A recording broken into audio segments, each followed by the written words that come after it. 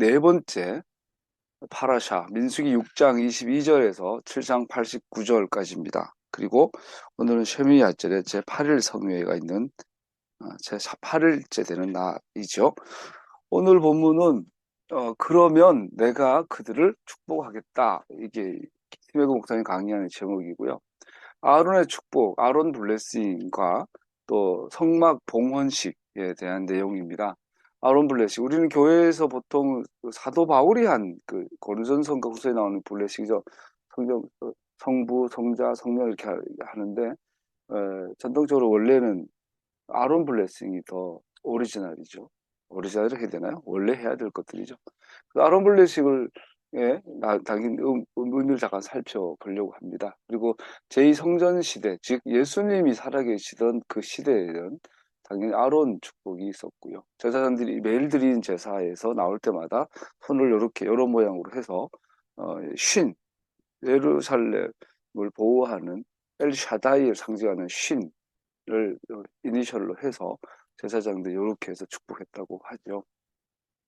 그러니까 이제 그 세례요한의 아버지 그 사가랴가 분향을 드리는 제사장으로 뽑혀서 제사를 드리고 나와서 이렇게 해서 축복을 해야 되는데 안에서 천사를 만나가지고 네가 아들 낳게 될 거야. 그랬더니 그 선지자 제사장이 못 믿죠. 아유, 내가 나이가 몇인데요. 제 와이프가 이미 이미 뭐 폐경이 지났는데요. 뭐 그랬죠. 그랬더니 네가 못 믿었으니까 네가 앞으로 네 아들이 태어날 때까지 말을 못 할 거야. 벙어리가 될 거야.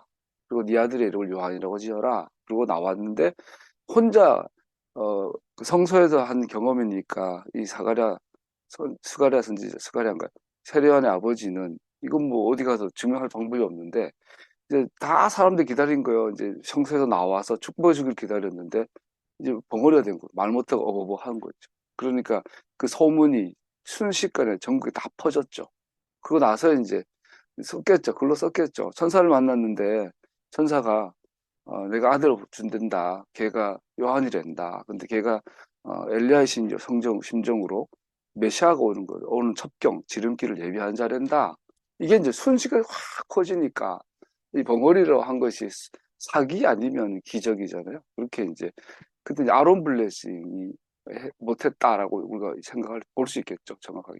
제2 성전 시대 예수님께서 AD 70년에 무너질 걸 예언하셨던 그 성전이 있었던 때까지는 아론의 블레싱이 행해졌다. 이것은 매일 드리는 제사, 매일 드리는 상번제 제사 때마다 했던 기도, 축복이고, 또, 오늘 다음 내용에 나오는 그 제사장들 각 지도자들이 드리는 제단에 제물을 바친 것과 연결이 되어집니다.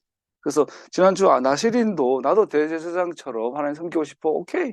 그렇게 해. 단 규정을 정해주고 또 7장 오늘 아론 블레싱 뒤에 있는 내용도 각 지도자들이 제물을 바치면 아론의 아들들이 그것을 가져와서 주도하고 마지막에 아론 블레싱으로 마무리해주고 이 딱 질서와 순서가 딱 정해진 것을 보게 돼서 오늘 강의는 되게 깁니다. 그래서 서두를 것이고 줄여서 할 것입니다. 축복문의 구조를 보면은 세 줄이면서 각각 두 개의 구절로 세 줄이면서 각각의 두 개의 구절로 나누어 있고 첫 번째 구절은 우리 한글 번역에서 아도나이께서 나와 있지만 사실 히브리 원어에 보면 예바레케카 아도나이 돼 있죠. 그래서 너를 아도나이께서 순서가 아도나이가 두 번째로 나옵니다. 예바레케카 아도나이 베이슈메레이카. 그래서 아도나이께서 너를 축복하신다. 근데 이게 그리고 아도나이께서 너를 지켜주신다라기보다 즉 축복인데 곧 지켜주신다. 아도나이께서 그 얼굴을 내게 비추신다. 어, 아도나이께서 그 얼굴을 어, 내게로 향하여 비추신다. 즉 내게 은혜로우시다. 은혜를 주신다. 세 번째, 아도나이께서 그의 얼굴을 내게로 들어 올리신다. 즉 평화, 샬롬을 주신다. 이렇게 구조가 되어 있습니다. 세 마디 단어가 한 구절마다 또 그 다음에 다섯 마디, 마지막 세 번째 줄 일곱 마디로 강조하고 있고 반복되고 있습니다. 처음에 구절은 주님께서 너를 축복하시고로 시작이 문을 열고 이 축복문의 마지막은 평화를 주시기를 기원하는 것으로 마무리되면서 축복문 전체가 이 두 구절의 시작과 끝으로 평행하면서 하나의 특이한 문장 구조를 갖게 됩니다. 이것은 마치 시편 29편에 주님은 평화로 당신의 백성을 축복하실 것이다 라는 것과 상맥합니다. 1번 특징, 그죠? 아론 블레싱의 특징 1번, 축복은 제사장들이 아니라 하나님으로부터 백성들에게 임한다는 사실이다. 우리가 표준세 번역을 사용하는데요. 개역개정은 옛날에 우리가 영어 성경을 주로 번역을 한 것이 오다가 나중에 한국에서도 이제 많은 학자들이 생기면서 자체적으로 히브리 성경을 직접 번역을 한 것이 이제 개역 개정. 그 중에서도 현대어로 번역한 것이 표준세 번역. 이렇게 간단하게 이해할 수 있다면 표준세 번역이 굉장히 정확하게 원문에 충실한 부분을 오히려 개역 개정보다 더 원문에 충실했다고 볼 수 있거든요. 그러나 의역된 경우도 있고 그 중에서 장점 중에 하나가 오늘 아론 블레싱이에요. 그 아론 블레싱의 그 마무리하는 우리 6장 27절에 보면 그들이 나의 이름으로 이스라엘 자손에게 이렇게 축복하면 내가 친히 이스라엘 자손에게 복을 주겠다. 그래서 이 표준세 번역 번역이 한글로 너무 잘 돼 있죠. 축복의 주체자이신 하나님, 축복의 수혜자이신 이스라엘 백성, 그리고 축복의 주체자의 말을 전달하는 중개자로서의 제사장, 여기 딱 되죠. 그래서 제사장이 축복을 하지만 축복은 내가 준다. 선명하게 친히 내가 이렇게 되어 있어요.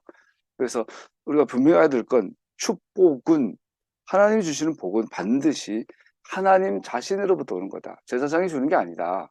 제사장은 전능하신 분이 그 백성에게 축복을 내리시는 중개자로서만 활동하고 축복은 종교적 의식이나 단순히 단어들을 반복하는 것으로 오는 것이 아니다라는 것을 우리가 그래서 중언부언한다, 뭐 우물쭈물하고 찬트하듯이 주문 외우듯이 해서는 하는 것은 하나님의 섬기는 우리에게는 절대 적용할 수 없는 거죠. 있을 수 없는 거죠.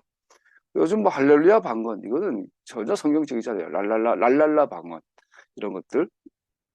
오히려 제사장들이 낭송하는 말들은 자신의 자녀들을 축복하시는 아버지의 마음을 보여줍니다. 아론 블레싱의 목적은 뭐 축복이란 어떤 그 선물이 아니라 아버지의 마음을 보여주는 것이고 그래서 축복문은 하나님을 아는 것과 그는 그의 자녀들에게 미소 짓는 분이심을 깨닫는 것으로 구성되어 있다. 결론부터 내리면 아론 블레싱을 통해서 아는 축복은 뭐냐? 하나님이 함께 하신다 이거예요. 하나님이 함께 하신다를 아론 블레싱으로 표현하고 있는 거예요. 다른 게 축복이 아니에요. 뭐 하나님께서 내게 물질의 복을 주시고 건강의 복을 주시고 이거는 지엽적인 것이고 하나님 함께 하시는가. 건강하더라도 하나님 함께 하지 않으면 저주인 것이고 몸이 불편하고 가난하더라도 하나님 함께 하시면 그건 축복인 거죠. 그래서 하나님 함께 하신다. 이것을 하나님 얼굴의 빛이 우리에게 비춰주시고 하나님께서 우리 얼굴 향해 드시고 이렇게 표현되어 있는 거죠. 그래서 여러분 복 받으셨습니까? 자기 스스로 질문해 볼 필요가 있죠. 제사장에게 주는 명령의 결론은 내가 그들을 축복할 것이다. 즉 내가 그들과 함께 하겠다. 누가? 아도나이께서 이것을 강조하고 있습니다. 지도자나 가르치는 자가 그분과 더 특별한 관계가 있다고 생각하면서 이 특권적인 지위에 있는 선생이나 지도자들은 개인을 위해 확실한 축복을 할 능력 또한 갖고 있다고 생각하는 것은 그리 낯선 것이 아닙니다. 어렵게 번역이 됩니다. 대부분 우리가 대형교회 목사님들 대표 많이 그러죠. 또 뭐 유명한 정치인이나 유명한 셀럽들 오늘날 말하면 이분들이 자기가 하는 건 줄 아는 거죠. 유명한 찬양 인도자, 예배 인도자들이 그러잖아요. 기타 드르릉 하면 앞에 수천 명, 수만 명이 눈물 쭉 흘려요. 내가 빠르게 하면 막 춤을 추고 내가 천천히 하면 눈물 흘리고 내가 이렇게 하면 환호하고 저렇게 하면 슬퍼하고 이런 예배 인도를 공연처럼 몇 번 해보고 나면 스스로 착각한다 그러죠. 내가 신이다. 내가 하라는 대로 청중이 막 몇만 명, 몇천 명이 따라하니까.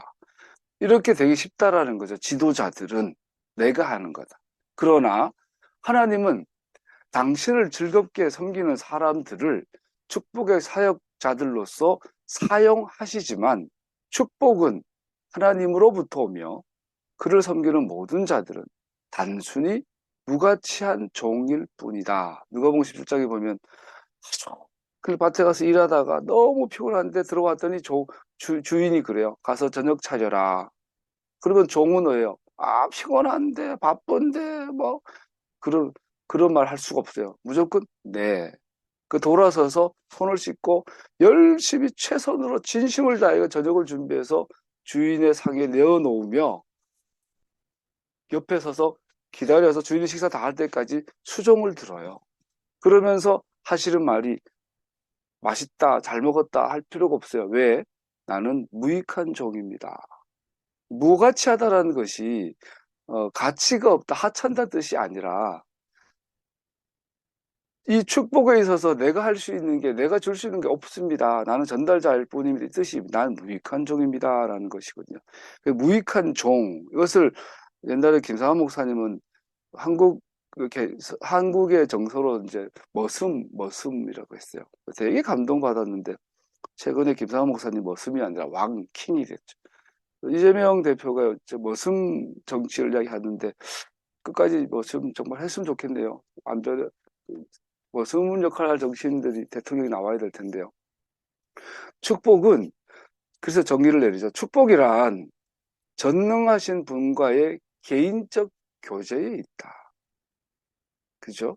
축복은 어디 멀리 있는 것이 아니라 하나님이 나와 함께 하시는 건데, 하나님이 나와 함께 하신다는 것은 가만히 있으면 뭐해?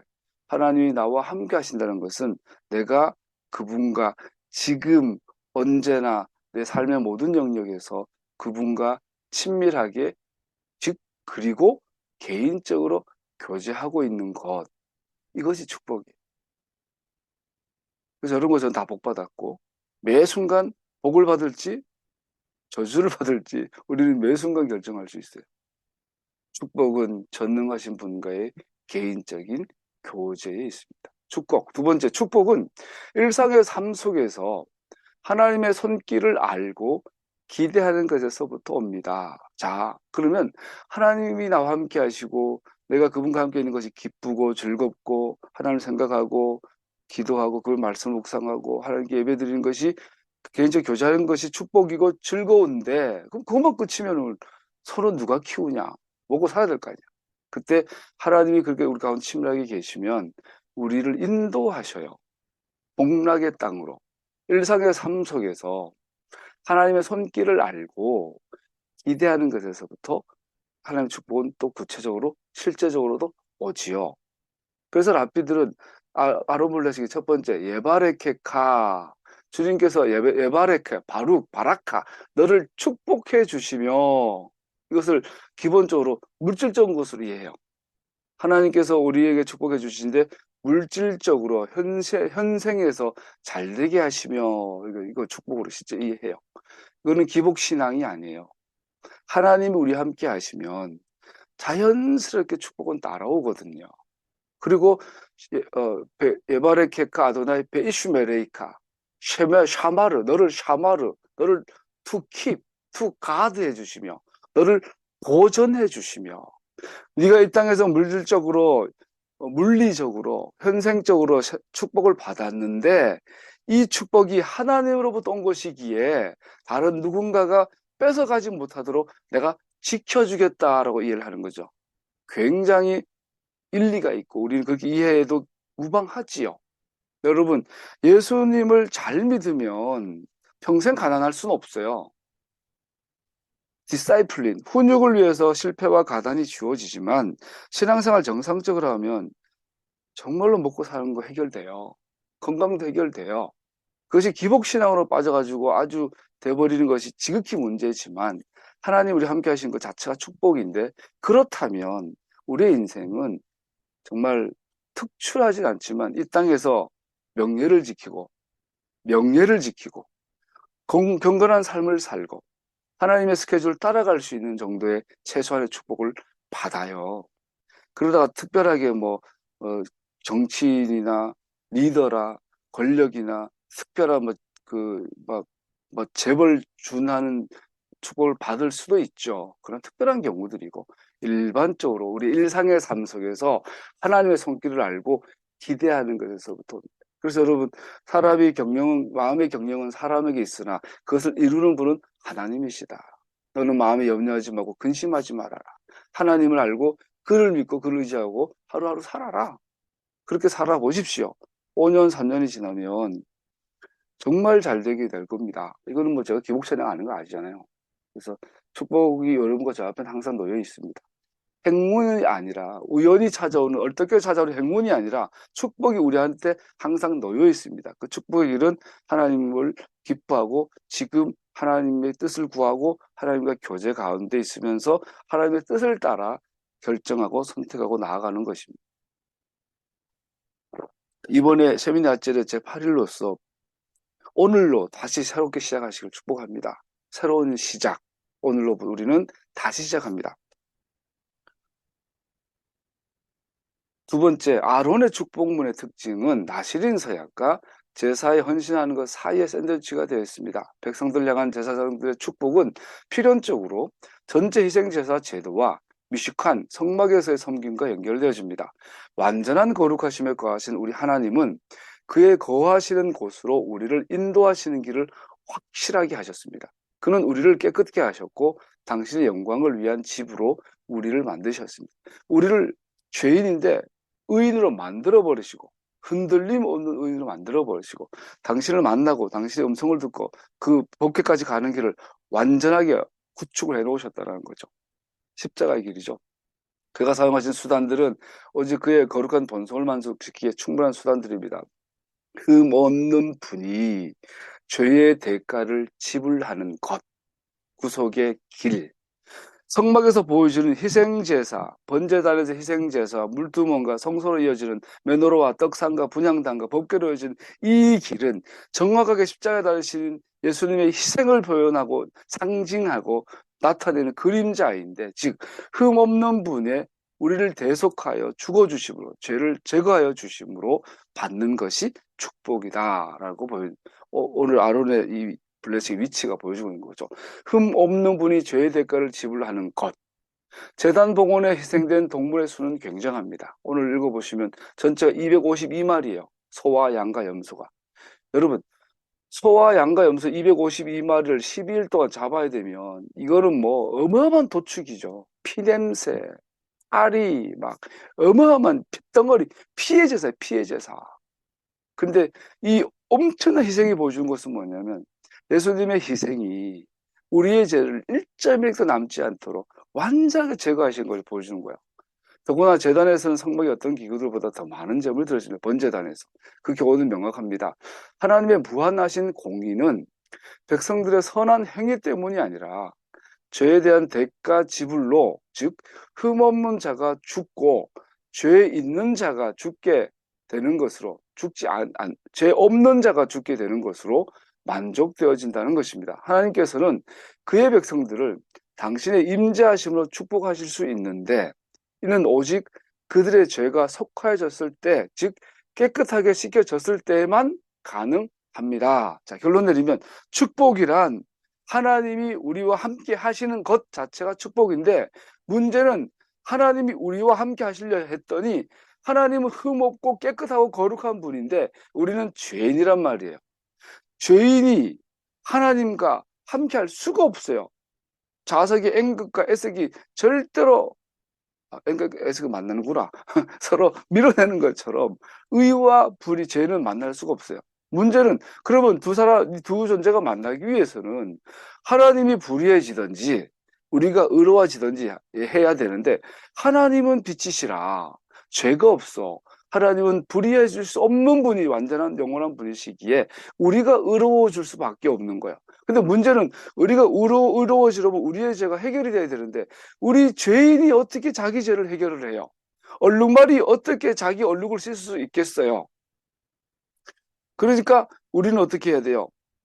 어떻게 사자가 풀을 먹고 살 수 있겠어요? 죄인이 죄 없이 어떻게 살 수 있겠어요? 그랬더니 죄 없는 분이 대신하여 우리 죄 때문에 죽어주셔서 죄를 사하여 주심으로 우리가 죄인이 의인이 되어서 하나님과 함께 하실 수 있어서 축복이 가능해지는 거죠. 그렇죠? 하나님이 축복하신다, 바라카하신다라는 것은 전제가 있어요. 십자가. 예수님의 십자가의 희생이 전제가 되어져서 가능한 게 축복이에요. 그래서 기복신앙은 저는 성경에서 나올 수가 없어요. 십자가, 이 희생. 그래서 우리는 이러한 희생 제사들은 최종적이고 궁극적인 메시아의 희생을 보여주고 있으며 가리키고 있다는 것을 압니다. 이 이유로 바울은 하나님의 약속, 그의 축복하심은 예수님 안에서 예스와 노가 된다고 기록합니다. 만일 사람이 하나님의 이름을 그들 위에 둠으로 축복받기 원한다면 하나님께서 자신의 살아가신 아들의 죽음으로 내어주신 희생제사이신 그의 손으로부터 받아야만 합니다. 여러분과 저가 정말 축복의 사람이라면, 축복받기를 원한다면 우리 예수 믿어야 돼요. 예수님께서 메시아이심을 믿고 영접하고 십자가에 달리신 그 예수님을 나의 메시아로, 나의 구주, 나의 왕으로, 나의 하나님으로 모셔드릴 때 하나님의 축복이 예스가 되는 거죠. 하나님의 축복은 그의 백성들이 자신들의 죄와 부정을 용서받은 결과로 오는 것입니다. 그러니까 설명드린 거죠. 하나님의 축복은 하나님 임재하심이고 하나님 임재하심은 의인들에게만 이루어지는 것이기에 우리의 죄가 용서받은 결과가 축복입니다. 이것이 예레미야 31장 21절 34절로 이어지는 새 언약이 나오는 하프타라 본문과 강조하고 있습니다. 하나님의 축복은 그의 백성들이 자신의 죄와 부정을 용서받은 결과로 오는 것입니다. 그때의 이웃이나 동포끼리 서로 너는 주님을 알아라 하지 않을 것이니 이것은 작은 사람으로부터 큰 사람에 이르기까지 그들이 모두 나를 알 것이기 때문이다. 그래서 안다, 야다, 하나가 되다는 뜻이, 본다, 마주 본다는 뜻이. 내가 그들의 허물을 용서하고 그들의 죄를 다시는 기억하지 않겠다. 나 주의 말이다. 이것이 축복의 결과입니다. 왜냐하면 토라는 피 흘림이 없이 죄 사함은 없다고 가르치고 있기 때문입니다. 그래서 우리가 용서받았다, 우리가 축복받았다란 말은 누군가가 나를 위해 대신 피 흘려 희생당하셨다라는 것이에요. 그러므로 제사장들을 통하여 그 백성들에게 그들 위해 하나님을 둔다라고 묘사된 하나님의 축복은 그의 백성들 가운데 거주하시는 분, 임재하시는 분이라는 사실을 일깨워 줍니다. 제단 봉헌을 위해 각 가문과 그들이 바친 제물들은 단순히 반복됩니다. 지루하죠. 이런 본문 나올 때마다 제가 고민한다니까요. 그냥 첫 번째 유다 지파를 읽고 나머지 이하 동일, 두 번째 이하 동문 이렇게 하면 되는데 그거 찝찝하니까 다 읽어요. 뭔 걸려서. 왜? 지면을 아끼지 않고 왜 단순히 각 가문에 바친 것들을 시콜콜 담궈가고 있습니까? 그것은 왜냐하면 각 가문은 그 제단이 예표하는 속죄 사역이 똑같이 필요하기 때문입니다. 스불론이든 유다든 므낫세든 동양인이든 서양인이든 한국 사람이든 유럽 사람이든 다 이 성막에서 갖고 있는 이 속죄 사역이 똑같이 누구나 다 개개인적으로 필요하기 때문임을 말씀하고 있는 거예요. 문장 구조를 통해서. 어떤 가문도 더 낫거나 못하지 않습니다. 모든 가문은 하나님의 속죄하심이 필요한 죄인들입니다. 분명히 모든 이스라엘을 축복하는 것이지만 각 개개인이 모인 공동체로 모든 이스라엘을 보고 있습니다. 한 사람도 다른 사람의 어깨에 달려있지 않습니다. 여러분은 거울을 보세요. 거울에 속에 다 벗고 목욕탕에서 빨가벗은 자기 전신을 보고 손가락을 한번 해보세요. 넌 누구냐? 우리는 그러죠. 거울에 비친 나라고 생각을 해요. 그런데 요즘 우리 몸속에 있는 유익한 균, 무익한 균이 있잖아요. 박테리아 연구하는 분들은 내가 아니래요. 이 몸이 보임이 이 몸덩어리가 정말 나라면 내 장 속에 있는 세균을 다 빼보면 난 죽어요. 우리 피부에도 세균이 있고 우리 지금 장 속에 있는 어마어마한 대장균 같은 것에서부터 유익한 균까지 너무나 많은 우리 몸속에 균들이 있죠. 이것들이 내가 아닌가요? 이거는 지렁인가요? 벌레인가요? 더러운가요? 우리는 사람이 죽으면 뱃속에 많은 균들이 있는데 좋은 것도 있고 나쁜 것도 있는데 얘들이 이 균이 어우 징그러워 벌레야 하고 멀리 하는데 그거 엄청 그거 위선이에요. 왜? 그 벌레가 없으면 나는 죽어요. 그 이 벌레는 납니까 아닙니까? 그래서 어떤 그 의사인가 그분이 그거 나와 동일한 그게 납니다. 그게 내 몸입니다. 그 벌레가 내 몸이라고 보이 요만한 벌레. 여러분 그래서 우리가 우리 몸을 봤을 때 이 세포이죠. 이 세포의 구성이 나다 생각하지만 이 세포 속에서 기생하고 있고 상생하고 있는 다른 생명체도 있어요. 걔도 나예요. 이거 비유가 맞을지 모르겠는데 재밌어서 갑자기 생각이 나서 또 인간의 세포 자체도 좀 암염 가는 분들이 그래요. 세포 안에 미토콘드리아는 진화 유전자에서 그렇게 말하더라고요. 이 미토콘드리아 내 몸이 아니래요. 딴 데서 들어온 거래요. 외부에서 인간의 몸에 들어와서 미토콘드리아가 우리 세포를 구성했고 그래서 이렇게 몸이 되었다. 결국 나라는 이 물질적 이 몸 자체도 하나로 되지 않았어요. 대한민국 그러면 여기 어디에 단일 민족입니까? 다 섞여 있지. 동남아 피도 있고 일본 피도 있고 유럽 피도 섞여가지고 대한민국이잖아요. 이스라엘이잖아요. 우리 몸도 나도 그죠. 나 속에 수많은 게 생명과 생명 연결돼 나가는 거잖아요. 단독이 어디 있겠어요. 이스라엘은 하나님의 나라로서 이스라엘이지만 그 안에 알라리 성경을 보면 성경어가 안 한데 각각의 알랄리 수많은 성류 알들이 들어가야 돼. 이게 이스라엘이고 성류고 동시에 하나도 성류 알이 되는 이걸 말하고 있는 거예요. 그래서 구원의 은혜, 축복은 이스라엘 전체에게 약속되었지만 동시에 각각에게 하나하나 다 완벽하게 똑같이 적용되어져야 한다라고 말하고 있는 거죠. 각자는 자신의 축복을 다른 사람을 통해서가 아니라 하나님으로부터 직접 받아야 합니다. 부모가 되니까요. 이제 그 본능적으로 오는 자녀를 향한 가족을 향한 측은함이 있죠. 우리 여러분 자식 키우니까 이제 잘 알잖아요. 아마 그 마음은 다 알 것 같아요. 내가 돈이 1,000억이 있어서 내 자식에게 100억을 밀려줘도 보통 본능적으로 더 주고 싶다 이렇게 부모잖아요. 심지어 가난한 우리들은 더 하겠죠. 자식한테 더 주고 싶은데 이런 마음은 본능이에요, 본능. 정상적인 사람이라면.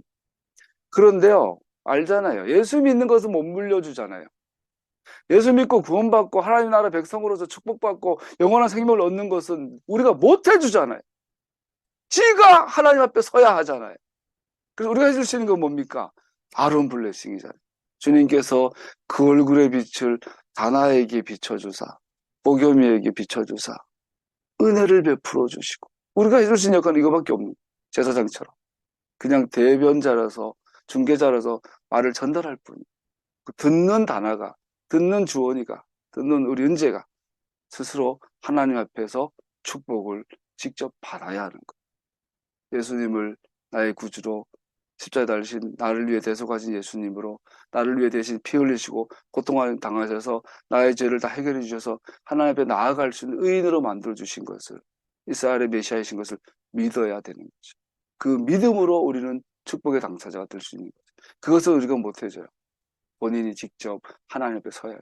우리는 하나님의 은혜가 그의 계시가 그에게 임하도록 기도하는 거예요. 하나님의 축복은 1대1의 관계로 오는 것이지 세대나 가족 단위로 주어지는 것이 아니라는 겁니다. 다윗의 집안을 보세요. 완전 콩가루 집안이잖아. 사무엘의 아들들 보세요. 얼마나 엘리 제사장의 아들들 보세요. 얼마나 엉망이에요. 못해주죠. 하나님 앞에 직접 받아야 돼. 주님께서 너를 축복하시고 주님께서 너를 지켜주시며 아까 말씀드렸어요. 라피들은 물질적 축복 또 축복을 빼앗은 자들로부터 보호하시는 것으로 이해를 합니다. 하나님께서 주시는 물질적인 복이 우리의 삶에서 장애물이 되고 우상이 되는 것은 흔한 일입니다. 하나님께서 축복해 주셨는데 정작 이 축복이 우리의 하나님을 대체하는 우상이 되어버릴 수도 있죠.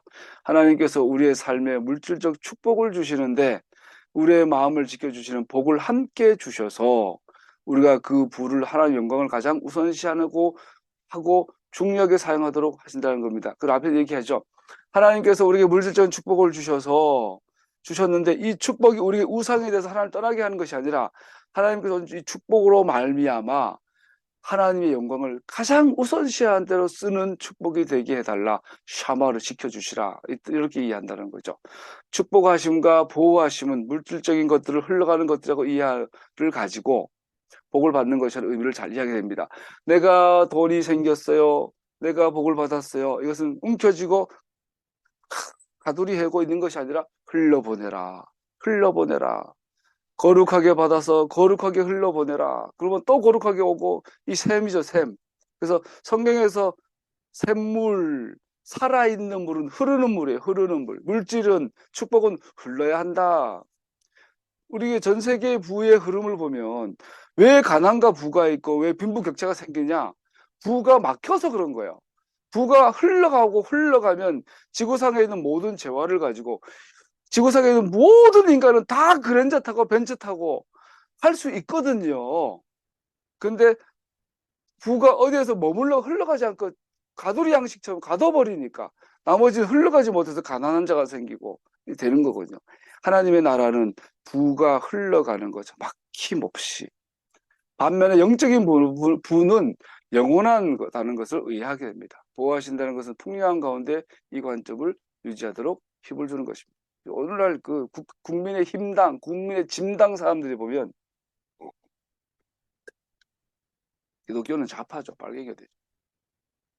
주님께서 그 얼굴을 내게로 비추사 은혜를 베풀어 주시며, 얼굴을 내게로 비춘다는 말은 알현나다, 대면나다, 직면하다, 얼굴과 얼굴을 마주보다라는 뜻이죠. 과거에서 왕을 만나기 위해서는 목숨을 걸어야 되죠. 왕 앞에 나아갔는데 왕이 금호를 내세워서 받아주면 얼굴을 마주하는 것이고, 안 받아주면 추방되든지 죽기도 했죠. 이게 얼굴과 얼굴 대면다. 얼굴을 내게로 비추사. 내가 주님을 찾아갔는데 하나님이 외면하지 않으시고 얼굴을 향하여 나를 만나 주시는. 하나님의 갈망은 그의 자녀들과 친밀한 교제를 하는 것임을 다시 한번 기억나게 합니다. 그가 동산에서 선을 할 때 아담과 하와와 함께 교제하며 거두신 것처럼 그의 소망은 그에게 속한 모든 일에게 열린 문입니다. 그의 얼굴에 비침 야르, 그가 우리를 계몽한다, 우리를 가르친다, 깨닫게 한다, 계시를 비춘다라는 뜻이죠. 우리가 하나님이 누구이신지, 우리를 향한 그의 뜻이 무엇인지를 알고 이해하는 것은 그의 임자심을 통해서입니다. 그래서 우리는 기도해요. 하나님, 우리 아들이, 우리 딸이, 우리의 이웃이 여기 하나님의 은혜의 빛을 비춰주셔서 그들이 하나님을 알고 하나님을 받아 이해하고 믿고 하게 해주세요. 하나님, 그들을 만나주세요. 그의 뜻이 무엇인지 알고 이해하는 것은 그의 임자심을 통해서입니다. 당신의 빛 안에서 우리가 빛을 보나이다. 분명히 이것은 은혜입니다. 왜냐하면 우리 안에는 하나님을 아련할 수 있는 아무것도 갖고 있지 않기 때문입니다. 만일 우리가 그의 계신 곳으로 들어갈 특권이 있다면 그것은 그가 우리를 초대해 주셨고 우리를 다가갈 길을 제공해 주셨기 때문입니다. 받아주셨기 때문입니다. 그 은혜를 우리와 우리의 자녀들에게, 이웃에게 베풀어 주세요. 기도하는 것이 아론 블레싱 두 번째. 세 번째, 주님께서 그의 얼굴을 내게로 드사 이사 아도나이, 그의 얼굴을 너에게로 이사 드사, 내게 샬롬 주시기를. 얼굴을 들다라는 뜻은 미소 짓는다, 호의를 베푼다라는 의미를 갖고 있고요. 얼굴을 떨어뜨리다는 것은 외면하다, 불쾌한 표정을 짓거나 슬픔을 보여주는 것입니다. 평화를 주다, 우정을 나누다라는 의미도 갖고 있습니다. 얼굴 들다. 주님께서 너를 향하여 웃어주시고, 너를 향하여 평화를 주시고, 너를 향하여 우정을 나눠주시기를.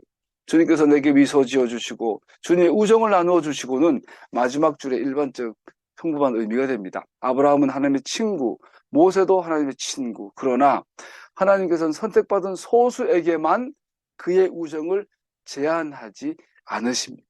여러분과 저에게도 하나님께서 미소 짓고 우정을 베푸고 우정을 나누기를 원하시죠. 제사장들과 명령하신 이 축복은 모든 백성들을 위한 것이고 각 개인은 이 축복을 받습니다.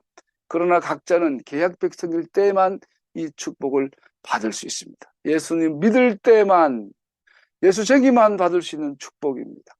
이 축복이 여러분과 저에게 매일 새로워지기를 축복합니다. 이스라엘 자녀들 뿐의 이스라엘에게 주어진 특권입니다. 그 다음에 많은 제물들이 나오죠. 희생 제물들 뿐 아니라 기름 붓는 기름도 있습니다. 첫 번째 달 니산월 첫째 날 이죠. 성막제사와 함께 한 달을 시작하는 것이 중심의 요지가 됩니다. 번제단, 제단, 죄 없는 것이 그리고 7절 이하는 많은 제사들이 나오잖아요. 반복되어져서. 번제단은 죄 없는 것이 죄 있는 것을 대체하는 장소는 하나님의 진노가 죄인을 다 태워 없애버리는 자리입니다. 이 모든 것은 골고다에 대한 그림이며 기름 부음 받은 메시아께서 그 생명을 많은 자들의 몸값으로 지불하신 장소를 보여준 장소입니다.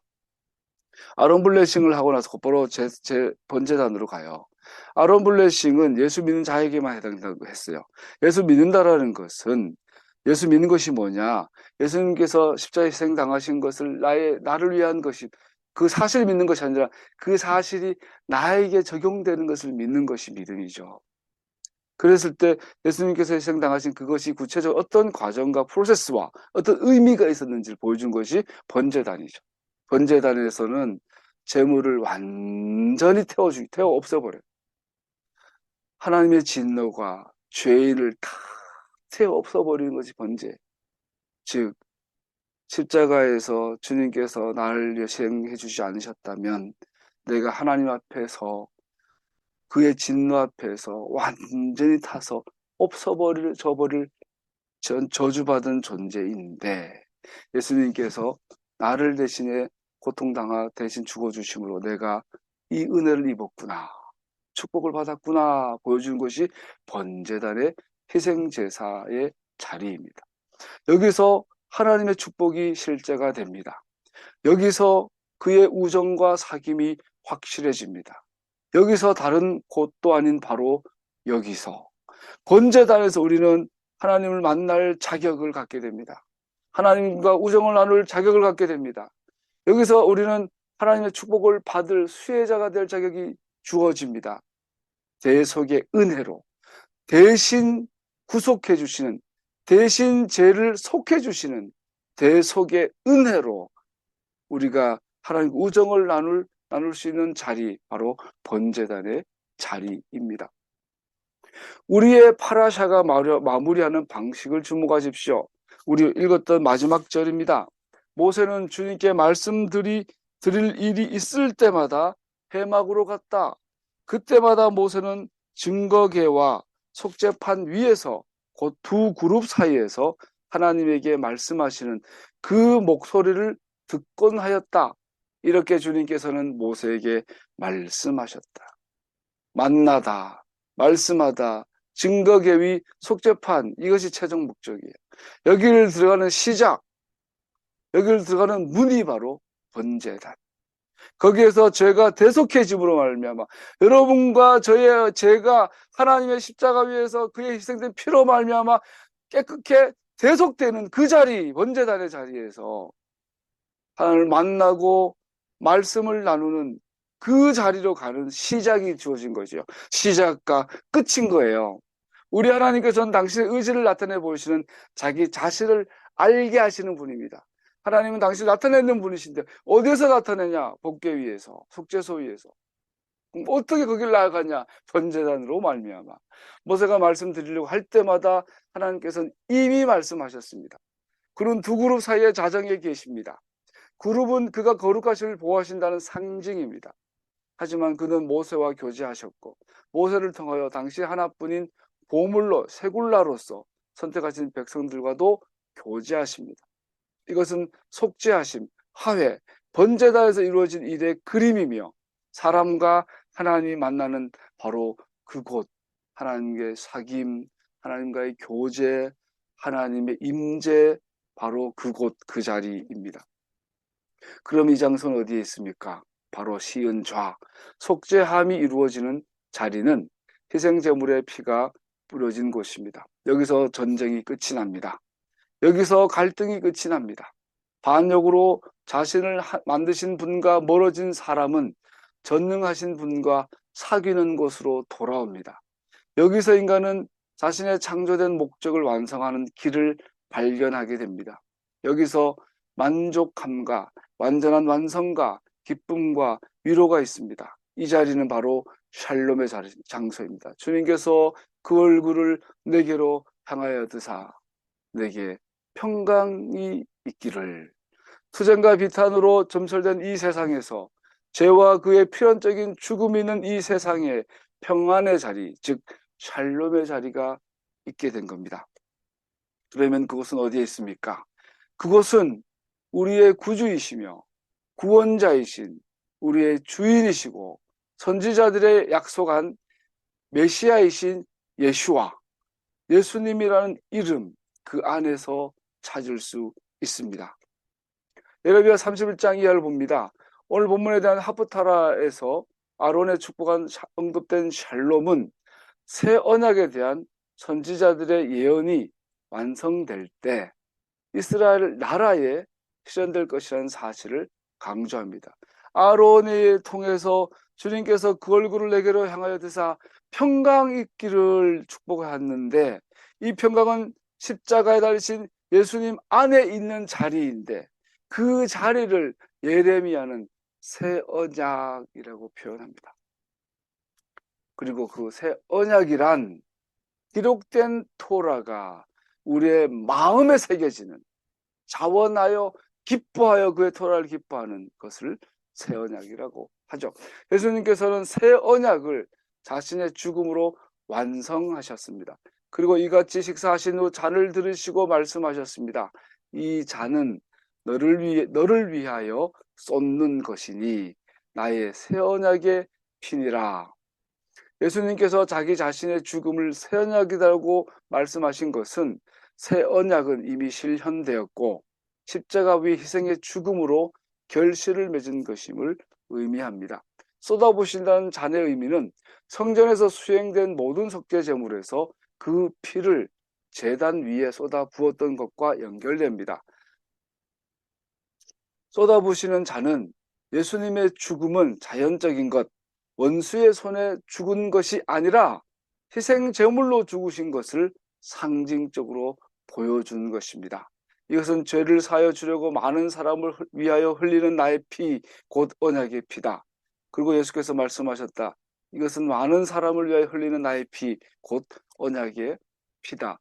주 2세기경에 신생 기독교에서 새 언약은, 여기서 이제 문제가 생깁니다. 우리 기독교 2000년 역사에서 심각한 문제가 생겨서, 새 언약은 예수님의 십자가의 희생 위에서 하나님의 말씀이 우리의 가슴에 새겨지는 그 희생 안에서 이루어지는 것인데, 이것이 주 2세기경 예수님 돌아가시고 사도들 다 죽고 난 다음에 신생 기독교에서 새 언약은 교부들에 의해 대체 신학의 교리로 대체되었으며 소위 대체주의로 해석됩니다. 여러분, 대체 신학은 존재하지 않습니다. 그런 학문 분야는 없어요. 그러나 분명하게 실체적으로 대체 신학적 정서가 전 세계 가운데 있죠. 이 교리는 반유대주의, 반토라주의라고 또 이해할 수도 있겠죠. 이 교리는 하나님께서는 이스라엘을 버리셨고 그들을 대신해 기독교회를 선택하셨다라는 내용입니다. 이 가르침은 옛 언약 구약과 새 언약 신약의 용어로 사용되었고, 예수님께서 세우신 새 언약은 옛 언약을 대체하거나 폐지하였다고 합니다. 간단한 용어로 말하면 이스라엘은 구약을 통해 하나님과 관련이 있지만, 반면에 기독교회는 새 언약을 통해, 신약을 통해 하나님과 관계가 있다는 것입니다. 교회 교부들에게 새 것이 옛 것을 대신하였기에 이스라엘은 교회로 대체되었다는 것은 명백한 것으로 보였습니다. 바나바서시라고 신약 성경 위경이 있는데요. 거기에 뭐 이런 글들도 나와요. 초대교회 1세기 2세기 교회의 정서들을 볼 수 있어요. 왜냐하면 사실 그 사람들은 모세가 그 언약을 받았을 때 그것을 따르는 게서 완전하게 실패하여 그 언약을 잃어버렸기 때문입니다 라고 이해를 했죠. 쭉쭉 내려가면 그들의 계약은 산산조각 부서져 버렸습니다. 이는 믿음으로 우리 안에 새겨지도록 소원하면서 사랑하는 예수님 언약이 우리의 마음에 새겨지기 위함입니다. 그래서 이 세기 교회, 신생 교회에 있는 반토라주의, 대체주의 정서 이런 것들이에요. 토라가 폐해졌어. 이스라엘은 버려졌어. 이제는 그 옛 언약은 이스라엘과 함께 없어졌고 예수님 오셔서 새 언약을 주셨고 이 새 언약이 이제 우리 교회에 주어졌어. 이렇게 대체 신학이 된 거죠. 새 언약, 신약은 흔히 신약 성서로 정리됩니다. 평범한 성도들 사이에 신약은 흔히 신약 성서로 적용됩니다. 즉 마태에서 계시록까지 사도들이 기록한 성경이 신약 성경이 새 언약이며 신약 성경이 새 언약이며 마태에서 요한계시록까지 창세기에서 말라기까지 즉 구약 성경을 옛 언약이라고 생각합니다. 그러나 같은 사람들이 이거 넘어 만약 옛 언약이 구약 성경이 폐해졌다면 왜 당신은 당신의 성경에 그것을 포함하고 있습니까? 이런 질문이 나오죠. 마르시온주의는 대체성을 철저히 따르면서 오직 누가복음과 사도 바울의 서신들만 권위 있는 성서로 사용하는 성경을 제한하기도 한 엽기적인 이단들도 있었습니다. 이는 교회에서 전체 66권을 정경으로 인정하는 교회 공회에 의해 엄격하게 경고받았지만 우리는 마르시온이 어떻게 2세기 기독교회 내에 만연한 대체주의 신학과 일치한 견해를 갖고 있는지를 알 수 있습니다. 그래서 이런 질문을 할 수 있죠. 지금 끝까지 할게요. 새 언약이 옛 언약을 대체하였다면 왜 구약 성경을 정경의 권위를 가진 것으로 남겨둘 필요가 있습니까? 아니 구약 성경은 옛 언약이 폐해졌는데 왜 정경이라고 하지요? 라는 질문이 나올 수 있겠죠. 만일 기독교에는 신약 성서에 나오는 말씀에만 복종할 필요가 있다면 왜 사람들에게 구약 성경을 읽어라 짐을 지우게 하나요? 이렇게 질문할 수 있겠죠. 하프타를 간략하게만 살펴본다면 기독교 신학이 발전하는 가운데 새 언약을 정의하는 것에 잃어버린 것처럼 보이는 매우 중요한 수많은 사실들을 발견하게 됩니다. 먼저 예레미야 31장 31절은 탄악 전체에서 새 언약이라는 문구를 사용하는 유일한 경우를 알게 됩니다. 우리는 신약 성경에 너무 익숙해가지고 신약, 새 언약이라는 이 말이 성경에 많은 줄 알아요. 그러나 창세기에서 말라기까지 딱 한 번 사용됩니다. 브릿 하다샤, 새 언약, 신약. 이 용어는 예레미야 31장 31절에 딱 한 번 나옵니다. 이 딱 한 번 나오는 새 언약은 사도들의 성서에서 언급한 예레미야 31장 31절에 기초한 것이며 그래서 우리가 예레미야의 그 원래 구절을 먼저 이해해야 하는 것은 예수님과 사도들이 사용한 새 언약이라는 용어를 이해하기 위해 필수적인 것입니다. 문제는 구약 성경, 소위 구약 성경에 새 언약이라는 단어가 딱 한 번 나오는데 소위 신약 성경에 예수님과 사도들의 말씀 가운데 새 언약이 자주 나와요. 그 예수님도 돌아가시기 마지막 절에 마지막 유언이 새 언약이. 그러면 그들이 말한 이 새 언약의 근거가 뭔지라는 거예요. 예수님이 뭘 가지고 새 언약이라고 그러고 사도 바울이 무슨 생각을 하고 새 언약을 했냐? 바로 예레미야 31장 31절이죠. 예레미야 31장 31절에 대한 해석이 신약 성경이 말하는 새 언약이잖아요. 그러면 정작 예레미야 31장에서는 새 언약을 뭐라고 말하고 있나? 예레미야가 약속한 새 언약은 하나님께서 이스라엘 집과 유다의 집과 맺은 것입니다. 그러나 32절의 언약은 오직 이스라엘 집과 맺었습니다. 그래서 예레미야 31장에 보면요. 처음에는 이스라엘 집과 유다 집과 맺겠다. 그리고 다음에는 오직 이스라엘 집과만 맺겠다 돼 있어요. 즉 같은 거죠. 그 말은 무슨 말이냐면 그 언약, 새 언약은 이스라엘이 다시 하나의 나라로 연합될 때 그때 맺어진다는 겁니다. 이스라엘이 하나의 나라로 연합될 때 이것은 역사적으로 이스라엘에 흩어진 자들이 하나의 나라로 연합하는 그때 이루어진다는 것을 의미합니다. 그리고 명백하게도 이 일은 아직 완전하게 이루어지지 않았습니다. 예레미야가 말한 새 언약은 아직 이루어지지 않았어요. 그런데 우리는 새 언약을 줬기 때문에 옛 언약을 펴졌다고 생각하면 이거는 전혀 뿌리가 없는 사고방식이죠. 새 언약은 그 내용에서가 아니라 그의 적용에 있어서 신해산 언약과 다릅니다. 예레미야 31장 33절 보면요. 우리가 명심해야 될 것은 예레미야가 말한 새 언약은 시내산에서 모세가 받은 언약과 다른 새 언약이 아니라 모세가 시내산에서 받은 그 기록된 토라를 그 내용이 다른 것이 아니라 적용이 다른 걸 말해요. 내용은 똑같아요. 내용은 똑같은데 전에는 돌에 새겼지만 이제는 마음에 새긴다. 그 적용이 다른 것을 새 언약이라고 해요. 즉 새 언약, 정말로 예수님이 이것을 너희를 위하여 흘린 나의 피다라고 한 말은 예레미야에 의하면 이런 뜻이죠. 내가 시내사에서 모세에게 준 그 언약, 즉 토라죠. 그 언약을 내가 십자가에 달려서 너를 위하여 피 흘려 죽어 줌으로 말미암아 번제단에서 있을 그 하나님의 진노가 없어지게 해줘서 이제 네 심장에, 네 마음에서, 네가 마음에서 우러나와서 모세가 시내사에서 받는 그 언약을 지키게 해줄게. 이게 바로 내가 너를 위하여 흘리는 피로 맺는 새 언약이다라는 뜻이죠. 즉 예수 믿으세요. 그 말은 예수 믿고 예수님의 십자가의 은혜로 시내산 계약의 당사자가 되세요. 이게 전도예요. 그리고 전도했을 때 아멘 하면 예수쟁이에요. 그 안 받아들이면 예수 믿는 게 아니에요. 주 예수를 믿어라. 그리하면 너와 내 집이 구원 얻으리라. 주 예수를 믿는 자, 곧 그 이름을 영접하는 자에게는 하나님의 아들이 되는 권세를 주셨나니, 주 예수를 믿으면 하나님의 아들이 분의 이스라엘이 되는 권세를 주셨는데, 하나님의 아들, 즉 분의 이스라엘의 자손이 되는 권세를 주셨는데, 이스라엘의 자손은 바로 시내산 계약 당사자가 된다는 뜻을 말하는 거예요. 예수 믿는 사람에게는 특징이 하나님의 토라가 우러러 나와서 자원하여 지키고 싶은 거예요. 이스라엘 백성들이 시내산 언약을 불순종함으로 첫 번째 돌판을 깨뜨려 버린 반면에 시내산 언약과 같은 내용인 두 번째 돌판은, 시내산 언약과 같은 내용인 두 번째 돌판은 마음에 새겨질 것이라는 것이며, 이 언약은 받아들여질 뿐 아니라 순종하게 될 것이다. 자원하여, 자발적으로, 기뻐하여, 기꺼이 순종하게 될 것이다. 그래서 사도 바울이 이것은 그리 어렵지 않다. 그래 무겁지 않다. 멍해가 아니다.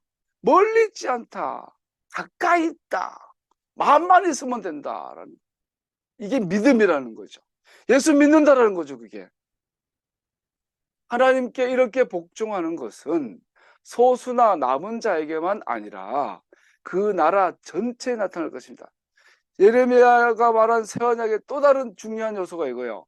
이 하나님께 복종하는 이 믿음이 개개인에게 뿐 아니라 이스라엘이 나라 단위로, 전체 단위로, 국가 단위로 하게 될 날이 올 것이다 라는 거죠. 이것은 아직 안 이루어진 거예요.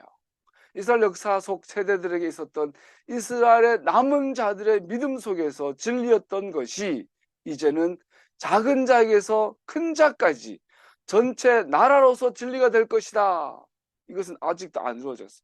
모든 사람이 하나님을 안다는 것은 모든 사람이 하나님과 개인적인 친밀한 관계를 갖게 될 것이라는 것을 의미합니다. 그것은 시내산 언약이 완성되어지는 새 언약을 통해서 이루어질 것입니다. 나는 그들의 하나님이 될 것이고 그들은 나의 백성이 되리라. 우리는 이때를 향해 지금 가고 있는 거예요. 개인은 예수님을 받아들였고, 기독교가 종교개혁을 통해서 성경을 돌려받고 하나님 인재를 돌려받고 예배를 돌려받았지만, 루터와 켈빈의 종교개혁의 맹점, 모자란 부분, 토라를 돌려받지는 못했고 절기를, 모에드를 돌려받지는 못했어요. 이제 우리가 살아간 이 시기에 로마 위대한 개혁가들의 종교개혁의 그 터 위에 우리는 토라를 돌려받고 절기를 돌려받아서 새 언약이 완성되는 그날, 이스라엘이 완전하게 연합하여 회복되는 그날을 향하여 가고 있는 중이에요. 그래서 밥 먹을 때마다 이스라엘과 예루살렘을 위해서 기도하라는 거예요, 여러분. 말씀을 마무리하죠. 새 언약은 하나님께서 이스라엘의 죄를 용서하고 그들의 허물을 더 이상 기억하지 않으신다는 사실에 기초합니다. 죄의 용서는 궁극적으로 오직 예수님이 이루어 놓으신 대가 지불에서만 이루어진다면, 새 언약은 이스라엘이 전체로서 예수님을 진정한 메시아로 고백하는 그때에 세워질 것이라는 것을 의미합니다. 초박절이 끝나 셔미니아절의 제8일째입니다. 예수님이 다시 오시는 날, 예수님이 재림하시는 날 이 새 언약이 완성이 됩니다. 예수님께 믿음을 두는 자들은 추수의 첫 열매들이 참여한 것과 같은 방식으로 새 언약의 완성에 참여하는 자들이며 완전한 추수에 참여하는 자들입니다. 여러분, 일주일 동안 고생하셨고 수고하셨고 사느라고 힘드셨죠. 우리의 삶이 초라하고 우리의 삶이 별거 아닌 것 같고 사는 것이 얼마나 고단한지. 그런데 여러분, 별거 아닌 것 같은 내 인생이, 별거 아닌 것 같은 나라는 인생과 존재가 예수님을 믿는다면 우리는 추수의 첫 열매들이 위대한 사도 바울이, 위대한 베드로가, 위대한 엘리야가, 위대한 모세와 다윗이 참여한 것과 같은 방식으로 우리와 여러분과 나의 인생은 새 언약의 완성에 참여하는 자들이며 완전한 추수에 참여한 자들입니다. 이 믿음으로 승리하는 여러분과 제가 되기를